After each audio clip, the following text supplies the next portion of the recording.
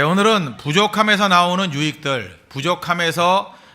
유익들이란 제목으로 하나님 말씀 증거하도록 하겠습니다. 이 땅을 사는 사람들 가운데 완벽한 사람은 하나도 없습니다. 다 부족하고 또 부족함을 느끼고 살아가고 있습니다. 부족함을 안고 살아가는 것이 인생이다, 이렇게 말할 수 있다는 것입니다. 위대한 사도라고 말하는 사도 바울도 여전히 부족함이 있는 사람이었습니다. 그러면 부족함이 나쁜 거냐? 그렇게만 말할 수 없다는 것입니다. 부족함이 주는 풍성한 유익도 있다. 그래서 제 자신도 부족하거든요. 그래서 부족함의 유익을 붙들어야죠. 여러분도 부족함들이 있죠. 유익함 붙들면 된다는 것입니다. 어떤 유익이 있는가? 아주 그냥 단순하게 한번 살펴보겠습니다. 첫째, 부족하면 겸손함을 준다는 것입니다. 부족하니까 겸손하죠. 내가 부족함을 안다라는 것은 겸손으로 가게 돼 있다는 것입니다. 그래서 유익하다는 거예요. 7절 보십시오. 여러 계시를 받은 것이 지극히 크므로 너무 자만하지 않게 하시려고 내 육체의 가시 그 사탄의 사자를 주셨으니 이는 나를 쳐서 너무 자만하지 않게 하려 하심이라. 사실 교만보다 무서운 대적이 어디 있겠습니까? 내가 부족해서 겸손할 수만 있다 그러면 좀 부족해도 괜찮은 거죠. 그래서 사도 바울에게 육체의 가시를 주셨다 그러잖아요. 그렇다 그러면 내 주변에 있는 모든 그런 환난들, 시험들, 또 가시들, 이 모든 걸 통해서 한 가지 목적 이루면 돼요. 겸손하면 되잖아요. 근데 아무것도 없으면서 교만한 사람, 그것만큼 보기 싫은 게 없죠. 겸손하면 됩니다. 그냥 내가 이렇게 연약함이 있기 때문에 더 낮아져야지, 내가 부족함이 있으니까 더 낮아져야지, 나에 이런 죄악이 있으니까 내가 더 낮아져야지, 또 내가 이렇게 하나님 앞에서 연약한 것들 때문에 넘어진 것이 있기 때문에 더 낮아져야지, 내가 다른 사람보다 무능하기 때문에 더 낮아져야지, 그러면 된다는 것입니다. 겸손이라는 것은 이게 중심 이동이에요. 원래 인간은 자기중심적인 존재입니다. 내가 중심이거든요. 내 자아가 중심이거든요. 이 자아가 중심인 사람은 꼭 회전문하고 똑같습니다. 중심이 내 축이에요. 하루 종일 돌아도 제자리예요. 그 뺑뺑 도는 문이 있죠. 제 사무실 있는 게 회전문인데, 그거 옛날에 어렸을 때 그런 회전문에 놀던 기억납니다. 돌고 돌아봐야 제자리예요. 우리 인생이 그렇다는 거예요. 자기중심적인 인생은요, 열심히 힘쓰고 애를 씁니다. 근데 제자리예요. 회전문이기 때문에. 돌아봤자 제자리라고요. 축이 나기 때문에. 전진을 못한다는 것입니다. 나갈 길이 없다라는 거예요. 전도서를 보면은 솔로몬이 그런 고백을 하잖아요. 자기 힘 가지고 애쓰고 애썼더니 다 헛수고라고, 제자리라고. 그게 바로 무엇입니까? 그게 자기중심적인 인생의 특징이라는 것입니다. 그럼 겸손이라는 게 뭡니까? 중심이 바뀌는 게 내 중심에서 하나님 중심으로 바뀐다는 것입니다. 하나님 중심으로 바뀌면 하나님이 내 중심이 아닌, 내 중심이 하나님으로 갔으니까 하나님 향해서 나아가는 인생, 표들 향해서 전진하는 인생이 되잖아요. 그래서 내 중심일 때는 답보에 답보, 자기 자리에서 도는 겁니다. 그러나 하나님 중심일 때 비로소 전진이 가능하고 열매를 거둘 수 있는 능력이 될 수 있다는 것입니다.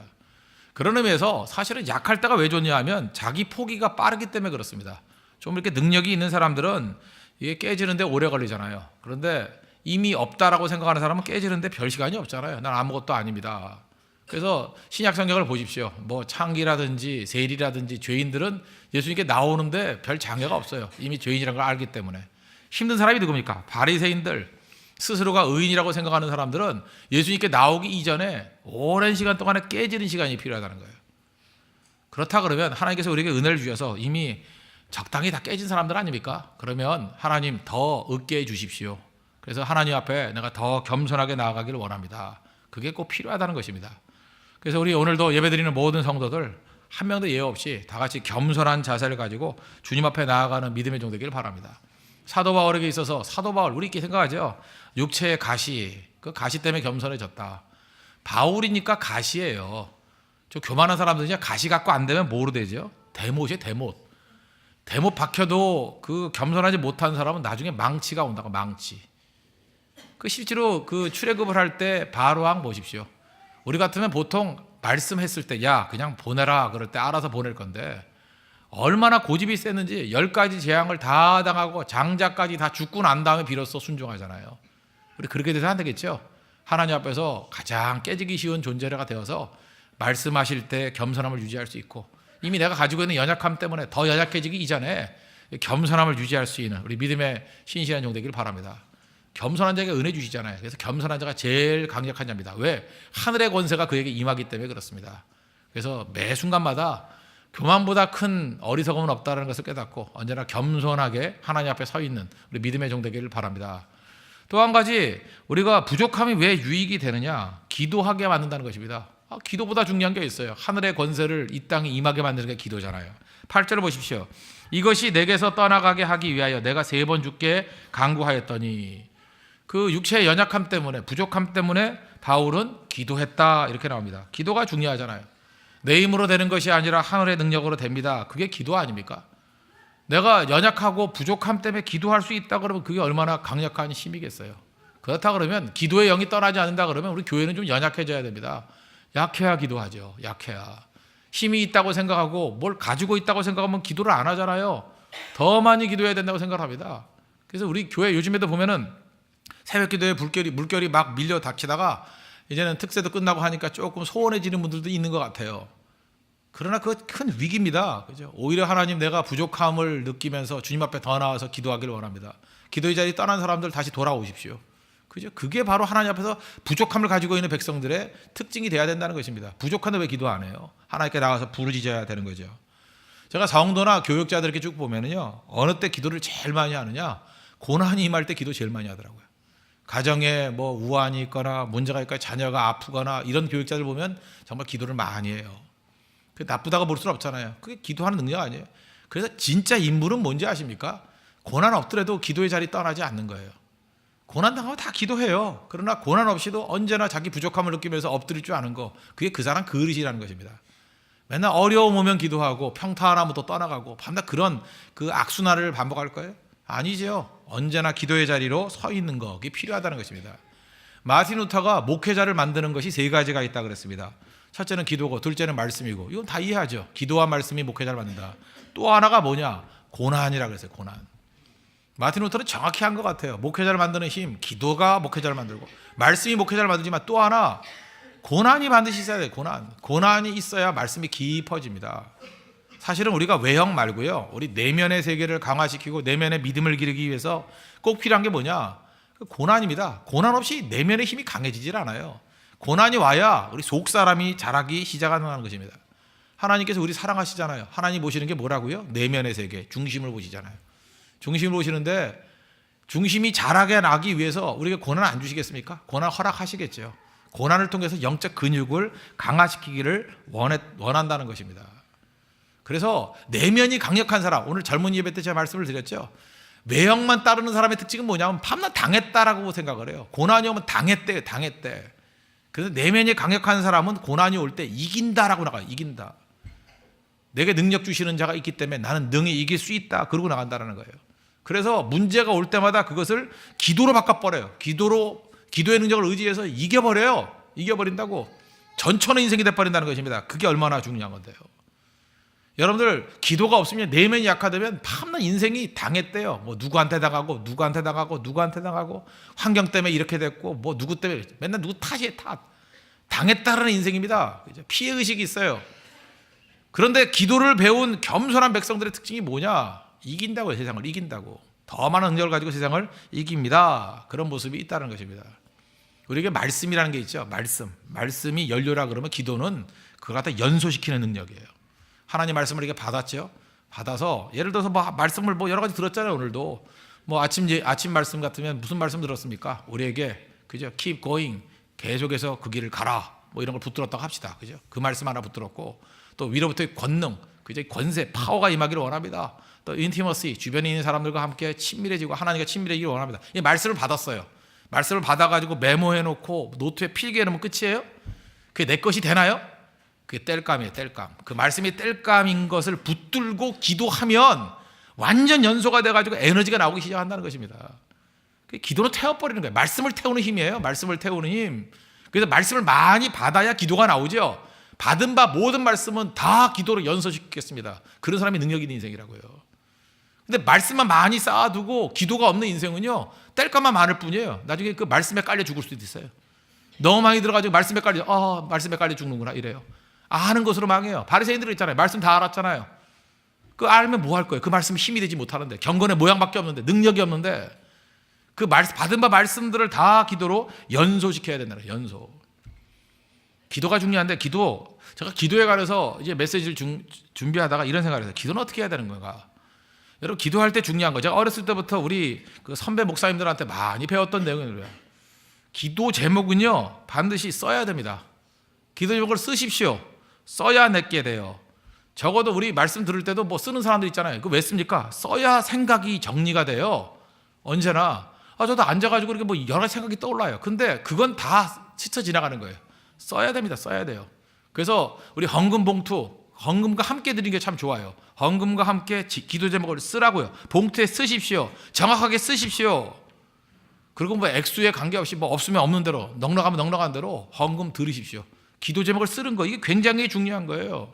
근데 기도 제목을 쓸 때 제발 두리뭉실하게 쓰지 말아요. 뭐 영광과 존귀와 찬송을 받으시기 합당하시고 뭐 이렇게 쓰지 말라고 제발.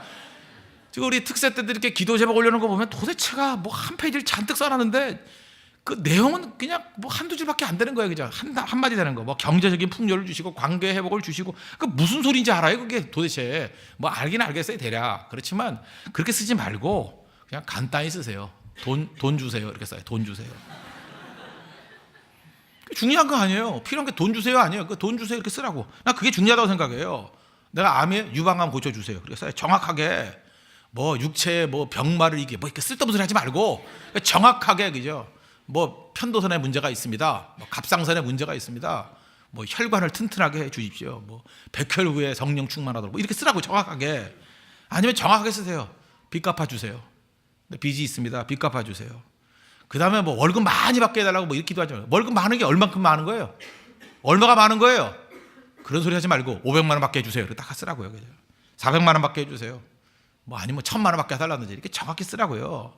그 다음에 뭐 끊는 것도 술 끊게 해주세요. 잠깐 두리뭉실하지 말고 담배 끊게 해주세요. 그죠? 아니면 새벽 기도 나오게 해주세요. 뭐 이런 식으로 정확히 쓰라고요. 정확히.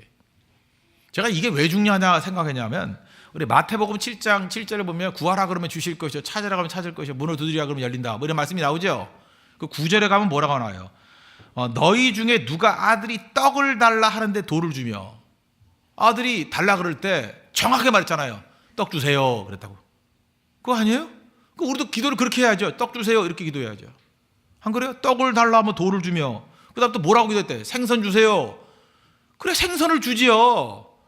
근데 우리는 다 뭐 풍족한 어자원 중에서 뭐 이렇게 당하면 뭐 하나님한테 헷갈려가지고 야 간단히 얘기해. 뭘 달라는 거야? 고등어를 달라는 거야? 참치를 달라는 거야? 뭘 달라는 거야? 그죠? 저는 정확히 얘기해요. 고등어를 주세요. 고등어를 주세요. 어제도 제가 고등어를 먹었는데 고등어를 소금을 팍팍 쳐서 주세요. 잠깐만 혈압 오른다고 지금 아무것도 치지 않은 그 맛도 없는 걸 갖다 주고 간장게 찍어 먹으래요. 좀 아깝더라고요. 그 맛있는 고등어를 이렇게 맛없게 먹어야 되나? 물론 몸 때문에 그런 것도 있겠지만 그렇게 정확히 하나님 앞에 구하라고요. 그죠? 소금을 팍팍 쳐서 주세요. 그냥 두리뭉실 생선 주세요 하는 거 말고 정확히 고등어를 주세요 이렇게 얘기하라고요. 여러분 뭐 배우자가 있다 그러면 남자 주세요. 왜 그거 기도 못해요? 그 여자하고 결혼할 거예요? 여자가? 어떡할 거예요? 그럼 남자를 주세요. 아니면 정확히 얘기하라. 어떤 사람을 주세요. 뭐 새벽기도 나오게 해주세요. 우리가 자꾸 이렇게 두리뭉실하는 거에 너무 우리가 오염이 되어 있는 것 같습니다. 이거 보세요. 떡을 달라고 구하래요. 생선을 달라고 구하래요. 생선 달라는 사람에게 누가 뱀 주겠느냐? 악한 자라도 자식에게 좋은 것을 준다 그러지 않아요? 근데 하나님께서 안 주시겠냐고. 정확히 구하십시오. 그러면 이게 쓰라 그러면 안 쓰는 사람이 있어요. 왜 안 쓰죠? 써봤자 안 된다고 생각하기 때문에 안 쓰는 거예요. 그거 불신입니다. 써봤자 안 된다고 생각하니까 웃어넘기지. 이거 뭐하러 써? 그거 이러잖아요. 진짜 하나님 앞에 쓰고 이것이 구한 것을 하나님 주신다고 믿습니까? 쓰세요. 쓰라고. 구체적으로 쓰라고요. 그죠? 그 하나님께서 그 기도 응답에 주신다는 것이죠. 믿는 대로 되는 것입니다. 믿는 대로. 기도는 이런 거예요. 바울도 보세요. 정확히 얘기하잖아요. 육체 가시 제거해 주세요. 딱 정확히 얘기하잖아요. 그죠? 이렇게 두리뭉실 안 하잖아요. 정확하게 우리가 구할 줄 알아야 된다는 것입니다. 그게 중요한 거죠. 어떤 목사님은 그러대요. 자기 자녀들이 있는데 자기 정확히 구했대요. 객지에 나가 있는 아들, 딸들. 첫째, 4가지 기도해야 돼요. 첫째, 좋은 목사님 만나게 해주세요. 좋은 목사님 만나야 돼요. 좋은 교회 목사님만 잘 만나야 돼요. 두 번째, 좋은 선생님 만나게 해주세요. 선생님이 누구냐에 따라서 인생 달라져요. 세 번째, 좋은 친구 만나게 해주세요. 네 번째, 좋은 배우자 만나게 해주세요. 이 4가지 기도를 했더니 뭐 전 세계에 흩어져 있는 자기 자녀들 뭐 국내도 있고 외국에 유학 간 사람도 있고 그럴 거 아닙니까? 다 좋은 목사님 만났대요. 어딜 가나 좋은 선생님 만났대요. 어딜 가나 좋은 친구들이 도와주더래요. 그리고 지금 뭐 결혼시켰는데 아이들도 전부 다 그냥 좋은 배우자 만나가지고 건강한 가정 이루더라는 거예요. 기도의 응답. 저거 볼 때 그 일리가 있어요. 그죠? 정확히 기도하잖아요. 정확히. 그냥 두리뭉실 잘 되게 해주세요 하지 말고 정확히 기도하세요. 정확히. 하나님 앞에 이런 기도가 있을 때 응답의 역사가 나타나기 시작한다는 것입니다. 이런 것들 중요한 게 뭐예요? 제가 볼 때 그 기도는요, 하나님께 드림과 함께 드리는 거예요. 그죠? 드림과 함께 기도하는 거예요. 그래서 이게 헌금, 물질적인 헌금도 필요하다고 생각합니다. 마태복음 6장 21절 보니까 내 보물이 있는 그곳에는 내 마음도 있느니라. 그 돈이 뭐 중요합니까? 중요하죠. 생명담이 중요한 게 돈 아니에요? 돈이 가는 곳에 마음도 가고 다 가게 돼 있어요. 하나님께서 드리기를 원한다고 먼저. 창세기 22장 보십시오. 가장 귀한 이삭 드리라 그러잖아요. 드리라. 그래서 드릴 때 비로소 뭐가 보여요? 순양이 보여요. 창세기 22장 13절 보니까 아브라함이 눈을 들어 살펴본즉 한 순양이 뒤에 있는데 뿔이 수풀에 걸려 있는지라. 아브라함이 가서 그 순양을 가져다가 아들을 대신하여 번제로 드렸더라. 참 이상하지 않아요? 순양이 옛날에 안 걸려 있었어요? 걸려 있었어요. 그죠? 계속해서 걸려 있었다고요. 그런데 아브라함의 눈에는 안 보였어요. 그런데 순종하니까 보여요. 우리 인생도 그래요. 그죠? 보통 때 다 어떤 남자가 어디 걸려 있어요, 지금. 그 총각이 어디 수풀에 걸려 있다고. 걸려 있는데 여러분 순종 안 하면 안 보여요. 그냥 그 친구가 얼굴이 시꺼매가지고 나뭇가지인가 보다 그러고 지나가 버려요. 그죠? 근데 순종하면 아, 저게 인간이었구나. 저게 남자였구나. 이게 보인다고요. 아시겠어요? 언제나 그렇다고요. 이게 불순종할 때는 안 보인다고요. 근데 여호와 이래 하나님께서 우리의 삶에 모든 것 다 예비해 두셨습니다. 절대 여러분들 외롭게 놔두지 않았어요. 하나님이 그저 계속해서 벚꽃 혼자 남자끼리 가게 만들지 않았어요. 절대로. 그죠? 이유가 뭐예요? 순종하지 않으니까 안 보이는 거예요. 안 보이는 거. 안 보이니까 괜히 가가지고 그저 벚꽃만 탓하고 그러고 오는 거예요. 순종이 필요한 순종이. 저는 하나님께서 여러분에게 순종을 통해서 여러분의 눈이 활짝활짝 열리기를 원합니다. 사업하는 사람도 마찬가지예요. 사업의 아이템 안 보여요. 순종하지 않으면. 순종하면 보여요. 야, 이걸 내가 왜 못 봤지? 그런다고요. 이걸 왜 못 봤지? 연구하시는 분들 그죠? 갑자기 앉아 있다가 이거 뻔한 것 같아. 이걸 왜 몰랐지? 우리 굉장히 많은 사람들이 그래요. 지나놓고 보면은 나중에 막 가슴을 친다고. 이걸 내가 왜 몰랐지? 이걸 내가 왜 안 했지? 이런다고요. 수풀에 걸려 있다고요. 순양이 안 보이는 거예요. 안 보이는 거. 보기는 보아도 보지 못하면 그러잖아요. 듣기는 들어도 듣지 못한다고. 순종할 때 하나님이 눈을 열어주시고 귀를 열어주십니다. 여러분 믿습니까? 그게 기도의 능력이에요. 순종의 능력이라고. 그러면서 기도 제목을 낼 때는 제가 볼 때 반드시 이건 뭐 더 예외 없다고 생각합니다. 반드시 헌금과 함께 드리십시오. 그건 훈련이에요. 훈련. 반드시 하나님께서 그럴 때 더 풍성하게 이끌어 주신다고 확신합니다. 또 마가복음 11장 24절 보니까 뭐 22절에 그런 얘기 나오죠. 하나님을 믿으라. 그 다음에 믿음 가지고 있으면 누구든지 이 산더로 들려 바다에 던져지라 해도 그 말대로 믿고 마음에 의심하지 않으면 그대로 된다고. 산이 뭐예요? 산은 큰 장애물 아니에요? 우리 인생의 장애물. 인생의 장애들이 있죠. 믿음 가지고 하나님 앞에 구하라고요. 구하면 산도 옮긴대요. 뭘 걱정해요? 걱정할 게 뭐가 있겠습니까? 사실 보세요. 우리가 제일 힘든 게 사람 아니에요? 고집불통의 마음. 바로왕 얼마나 고집불통이에요. 권력 있는 고집불통. 바로의 마음을 움직인다는 거 불가능한 거죠. 내게 적대적인 마음을 갖고 있는 힘 있는 사람을 움직인다. 뭘 움직일 거예요? 움직일 길이 없잖아요. 모세가 지팡이 하나 들고 바로 앞에 섰습니다. 어떻게 움직였어요? 10가지 재앙을 하나님이 보내주셔가지고도 그의 마음을 깨버리잖아요. 마지막에 장자를 죽여가지고라도 바로의 마음을 뒤집어 버리잖아요. 그게 기도의 능력이에요. 모세가 바로의 마음을 뒤집었습니다. 못 뒤집을 마음이 어디 있어요? 뭘 걱정해? 뭘? 우리에게 하늘로부터의 권능이 있습니다. 여러분 믿습니까? 그 권능 가지고 하나님께 구하라고요. 구하면 큰 산도 옮길 수 있어요. 바로의 마음도 움직일 수 있고요. 그 다음 내 앞에 홍해가 있습니까? 홍해도 갈라요. 홍해도 길을 만들어낼 수 있다라는 것입니다. 그게 성도의 능력이에요. 언제 이런 일이 벌어져요? 부족할 때.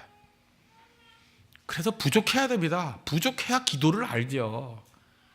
뭐가 좀 있다 그래가지고 기도도 모르고 지금도 봐요. 좀 물질적으로 넉넉하고 좀 명예도 있고 좀 배웠다 그러고 품이 있다 그러고 고상해 보이고 얼굴에 배고픔이 없어요. 목마름이 없어요. 제가 목사가 뭐 우리 성도들 안 되기를 원하겠습니까? 제가 무슨 뭐 삐뚤어진 마음 때문에 그런 게 아니에요. 하나님 저 사람 좀 고난이 임해서라도 좀 기도 좀 배우게 해주세요. 내가 지금 부러워서 하는 소리가 아니라 불쌍해서 하는 소리예요. 불쌍해서 어마어마한 영적인 세계의 능력이 있는데 그걸 모르는 거예요. 뭔지도 모르고 있는 거예요. 멍하니 부모로부터 물질이나 물려받아가지고 저러고 살아가고 있다고요. 밤낮 뭐 백화점 세일 기간이나 따지고 있고 그러고 살아가고 있다고요. 속 터지지 않아요? 그게 복인 줄 알고 살아가고 있다고요. 답답한 거죠. 그러면서 신앙인이래요. 신앙의 능력이 뭔지도 모르고 파워가 뭔지 맛도 못 보고 살아가지. 그럴 바에는 부족함이 낫죠. 부족함이. 그죠? 외로운 게 낫죠. 연약함이 낫죠. 왜? 기도를 배우니까. 연약한 가운데 홍해를 가르는 기적, 익사이팅하지 않습니까? 그게 신앙이에요. 그죠? 산을 옮기는 체험, 그게 익사이팅하지 않습니까? 그게 신앙이에요. 그러고 살아라. 그게 진정한 능력이 될 수 있다는 것입니다. 부족한 사람이지만 산을 옮길 수 있는 기적을 맛보는 믿음의 종 되기를 바랍니다. 그게 능력이라는 거예요. 또 세 번째로 부족할 때 나타나는 현상이 뭐냐? 동역자를 만나죠. 뭐 이렇게 넉넉함이 있을 때 친구 만나나요? 동역자는 부족할 때 만나는 겁니다. 로마서 16장 보면은 바울의 많은 동역자들이 있습니다. 그 명단을 쭉 보면요, 다 연약할 때, 고난이 있을 때 만났던 사람이에요. 우리도 그래요. 그 연약할 때 친구를 만나는 거예요. 약할 때. 제가 보니까 제일 약할 때, 제일 연약해졌을 때 찾아오는 사람들이 있더라고. 근데 그때 알았어요. 이게 진짜구나. 근데 저는 역시 제 눈은 개 눈이에요. 옛날에는 제가 그런 사람들이 진짜 친구인지도 몰랐어요. 잘 보이지도 않고 옆에 와서 알랑알랑하고 아부하고 뭐 웃어주고 이런 사람이 다 친구인 줄 알았더니 알고 봤더니 그 놈들은 다 나쁜 놈들이었어. 그죠? 정말 나쁜 놈들이었어요. 정말 나쁜 놈들이었고. 그러니까 하나님께서 주시는 은혜죠. 고난을 통해 가지고 진짜 친구가 누군지를 보게 만드잖아요. 그죠? 이게 굉장히 중요한 거죠. 그래서 여러분 인생에서 고난이 필요한 겁니다. 부족함이 필요한 거예요. 부족해야 동역자들이 모이는 거예요. 모이는 거. 그래야 승리할 수 있죠. 그리고 이렇게 진짜 믿을 만한 사람들, 진짜 믿을 만한 친구들, 믿음의 동역자를 만나면요, 세상에서 어떤 일을 할 때 두려움이 하나도 없어요. 두려움이. 왜? 그 사람들과 함께 놀라운 일들을 이룰 수 있기 때문에. 그래서 하나님께서 이렇게 동역자들을 보내주시고 사람도 붙여주시고 뭐 이런다걸 느끼면은 겁날 게 없잖아요. 하나님이 함께 하시는 동역자인데요. 다윗도 보시죠. 다윗의 그 중요한 동역자는 어디서 만났어요? 아둘람 굴에서 도망칠 때. 그때 만난 거 아니에요. 사선을 같이 넘은 사람들, 고난을 같이 겪은 사람들, 그게 진짜라고요. 그래서 고난의 때, 연약함이 있을 때 진짜 좋은 거죠. 그 사람들과 함께 하나님의 거룩한 일을 하니까. 근데 그게 없으면요, 항상 두려운 거예요. 누가 진짜인지 모르고 계속 그러는 거죠. 우리 두려움에는 형벌이 있다. 그런 말씀이 요한일서 4장 18절. 사랑 안에 두려움이 없고 온전한 사랑이 두려움을 내어쫓나니 두려움에는 형벌이 있습니다. 이 말씀 참 옛날부터 좋아하는 말씀. 왜 좋아했냐 하면 이건 제가 어렸을 때 초등학교 다닐 때 이 조크로 많이 썼던 말씀이에요. 저는 이걸 조크로 먼저 받아들였어요. 조크로. 뭐 그런 얘기 들어봤죠? 뭐 결혼을 앞둔 어떤 신부가 있는데 그 양육했던 목사님이 결혼식에 못 가가지고 뭐 축전을 보냈다며. 옛날에 전보 보냈잖아요. 전보는 짧아야 싸잖아요. 한 자에 얼마씩 받았다가 옛날에 한 자에 얼마씩. 그래서 축 결혼 해놓고 요일 4장 18절 딱 그거만 써놨어요. 축전을 받아들여서 결혼식 할 때 사회보도는 신랑 친구가 이게 또 신앙생활 제대로 안 하는가 봐요. 그래서 목사님이 신부에게 축전을 보냈네요. 그러면서 읽어준 내용이 뭐냐? 원래 4장 18절은 사랑 안에 두려움 없고 온전한 사랑에 두려움을 내어쫓나니 두려움에는 형벌이 있음이라. 근데 요한일서가 있는 건지 몰라가지고 요한복음인 줄 알았어요. 그 요한복음 4장 18절을 읽었죠.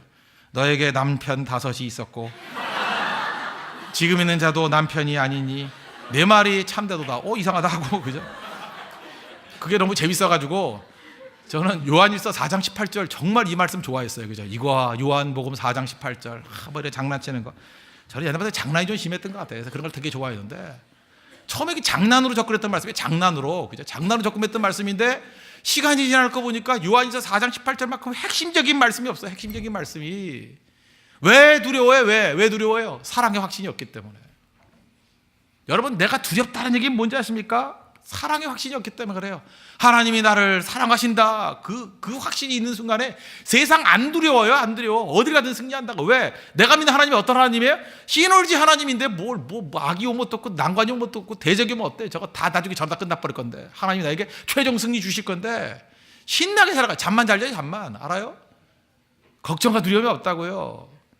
하다못해 여러분들 지금 그 남녀지간에도 맞아요. 처녀총각들이 왜 두려워해요? 사랑의 확신이 없기 때문에 그래. 그래서 지금도 보면 이렇게 노총각도 잠깐 감기 걸리잖아요.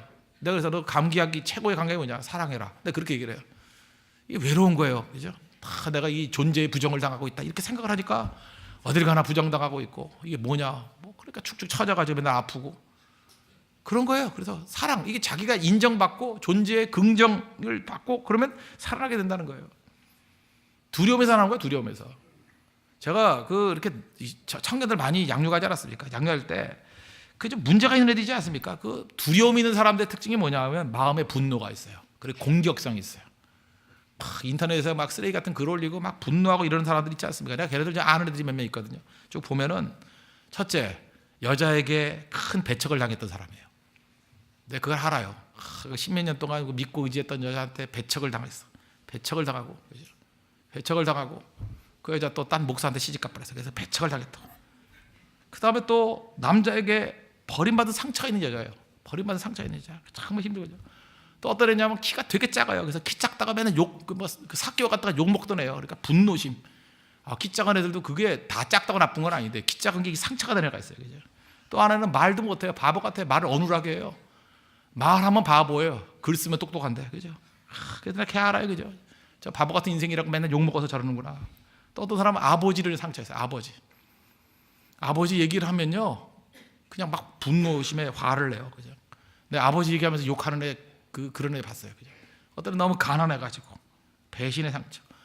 그러니까 잘 보니까 다 분노 덩어리예요, 분노 덩어리. 분노심이 있어요. 분노에 그냥 이글이글 타오르는 분노가 있다고요. 그래서 그런 거예요. 그 안에 뭐가 나와요? 두려움이라고, 두려움. 두려움에서 분노, 공격성 다 나온다는 것입니다. 이거 어떻게 할 거예요? 이 분노 덩어리를. 이거 어떻게 할 거예요?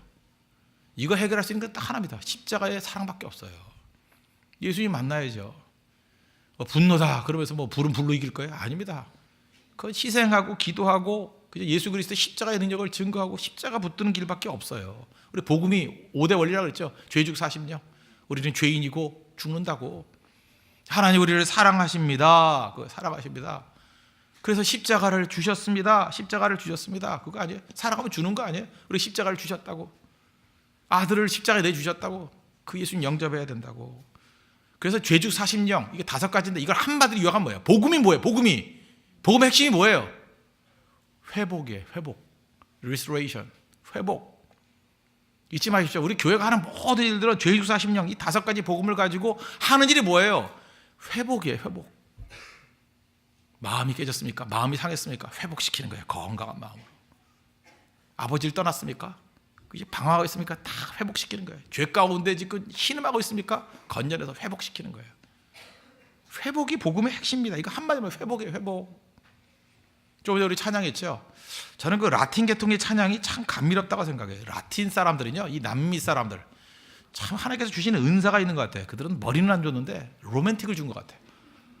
참 특징이 뭐냐면요, 복음성가인데 찬양인데 로맨틱해요. 찬양이 이게 쭉 들어보면은 막 가슴이 설레요. 그거 아세요?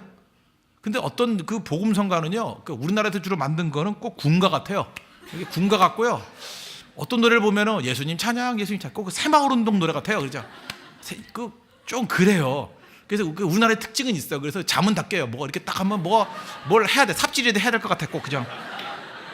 그게 우리나라 복음성가의 특징이야. 예수님 찬양, 예수님 찬양 이러 하면서 계속 반복하다 보면은 뭔가 계속 삽질 이런 거예요. 그죠?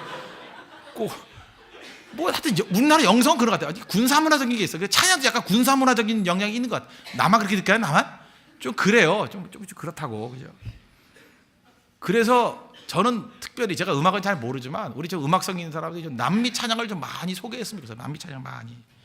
제가 옛날에 남미에서 왔던 애들을 제가 많이 알았거든요. 그때 램프라고 있습니다. 라틴 워십 찬양하는 사람 램프. 지금 그분이 목사님이 됐나 그런데 박재욱 씨라고. 박재욱 씨가 램프 LAMP 박재욱 씨 아십니까? 그분이 한국에 이런 노래들을 많이 소개를 했어요. 어떤 거를 들어보면은 번역된 것도 좋지만 그냥 스페니쉬로 그냥 부르는 거. 난 가사는 못 알아듣겠는데 그걸로 들으는데 뭔가 이렇게 그냥 이게 오그라드는 것 같아요. 가사를 못 듣겠는데 그냥 사랑의 송가 같은 그런 거예요. 그죠? 로맨틱해요. 그냥 창문을 열고 싶어요. 누가 있나 하고 보려고. 창문을 열고 싶은 그런 느낌이 들 정도로. 라틴어로, 라틴 음악을 들어보면요. 스페니쉬로 들어보면 더 감미로운 것 같아요. 그 중에 몇 개 복음성가로 번역했던 노래 제가 조금 전에 불렀죠. 주님 마음 내게 주소서. 주님 마음 내게 주소서. 보소서 주님 나의 마음을. 선한 것 하나 없습니다. 이 고백 아니에요? 그러나 내 모든 것 주께 드립니다. 감미롭지 않아요? 사랑을 안으시고 날 새롭게 하소서. 주님 마음 내게 주소서. 주님 마음 내게 주소서. 주님 마음 내게 주소서. 감미롭지 않아요? 이거예요, 바로 이거. 이런 아름다운 마음들, 이게 언제 이런 게 회복이 되죠? 주님의 사랑과 십자가를 참여했을 때 이렇게 아름답게 변화가 된다는 것입니다. 그래서 부족함이 있을 때 두 가지예요. 십자가를 만나지 않은 사람은 도끼로 나가고요. 독이 임하죠. 상처 때문에 도끼가 임하는 사람이 있고요. 내가 부족하기 때문에 예수 그리스도의 험한 십자가 붙들고 사랑으로 나아가면 이렇게 아름다워져요. 저는 여러분에게 독이 좀 빠지길 원합니다. 십자가 외에는 독을 뺄 수 있는 길이 없어요. 우리 알게 모르게 다 독이 있잖아요. 상처들이 있잖아요. 독이 나오잖아요. 독 나와서 되겠어요. 그래서 어떤 사람 보면은 저 사람이 독이 나오느냐, 그럼 아직 십자가 통과한 사람 아니에요. 십자가의 은혜 안에서 내 죄에 토설하고 자복하고 회개하고 회복되면은, 회복의 특징이 뭔지 알아요? 아름다워진다는 거예요. 눈을 보세요. 눈이 사슴의 눈 같아요. 아름다워요. 그래서 눈을 봐야 돼요. 눈을 못 쳐다보는 사람 아직 독이 있는 거예요. 들킬까봐 속는 거예요. 뱀눈 같이 되는 사람 있어요. 그죠? 뱀눈 같이 되는. 여기 보니까 눈이 여기 좀 위험해. 그죠? 약간 위험해. 약간 위험해. 눈에 아름다움이 있어야 돼요. 그죠? 이게 감미로움이 있어야 돼요. 그 안에 어린아이다움이 있어야 된다고. 못 속에 그건. 눈빛이 아름다워야 돼. 눈빛이. 그죠? 왜? 그 십자가를 통과한 사람이 감미로워진다니까요. 주님 마음 되게 해주셔서 이 찬양 하나 불러보세요. 이거 작곡한 사람, 이거 작사한 사람, 하나님 은혜 아는 사람이에요. 아는 사람. 이 안에서 막 찬양만 해도 막 사랑이 막 터져 나오잖아요. 누가 이런 걸 느껴요? 부족함 속에 십자가 붙은 사람이 이걸 느낄 수 있다는 것입니다. 그래서 우리의 이 동역자들 만남을 통해서 이 사랑의 아름다움을 전파하고 사랑의 아름다움을 나눌 수 있는 그런 귀중한 공동체 되기를 바랍니다. 부족한 나쁜 거 아니죠?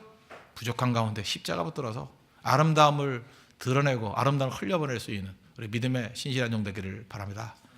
말씀의 결론 맺겠습니다. 우리 부족한 거, 그건 뭐 나쁜 거 아니라 그랬죠? 부족하잖아요. 부족하면 우리가 해야 될 일이 뭐예요?